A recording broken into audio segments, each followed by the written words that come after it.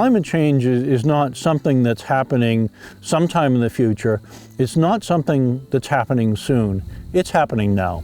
We're sitting here right in the smack dab middle of the northern forest, and that extends all the way from the Gaspé Peninsula in Canada down to the Adirondacks, to southern Vermont and New Hampshire, and across to Maine. It's the largest temperate broadleaf forest left anywhere in the world, which is just amazing. It gives us a responsibility as stewards to take care of it and protect it. And so at the heart of it, if we can, one, keep our forests as forests, that's going to take a big role in helping to reduce climate change. The carbon offset program provides the small forest lot owner with a stream of income over 20 to 30 years in order to help pay property taxes and to pay for silviculture practices. So it makes that unfragmented, preserved forest ownership more financially viable.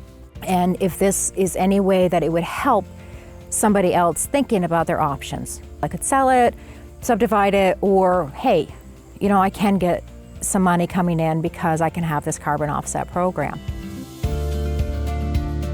Well, where we stand right now, we're at a nexus for wildlife movement across this whole forest. You know, populations of these large charismatic species like black bear and moose or lynx, they need large areas of forest to survive, and so the movement across this landscape is incredibly important.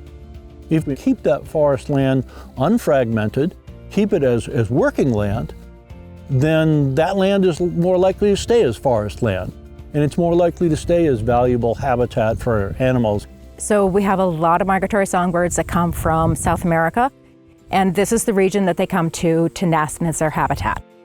If we don't have that, then it decreases the number of birds, which is already in sharp decline.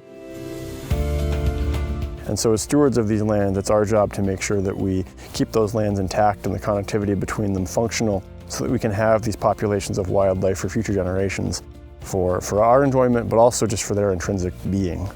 So on the one hand, you're achieving some cash flow to help support your forest management goals. On the other hand, you're doing something valuable for the planet in helping to reduce the amount of carbon dioxide in the atmosphere. So it's a win-win, really.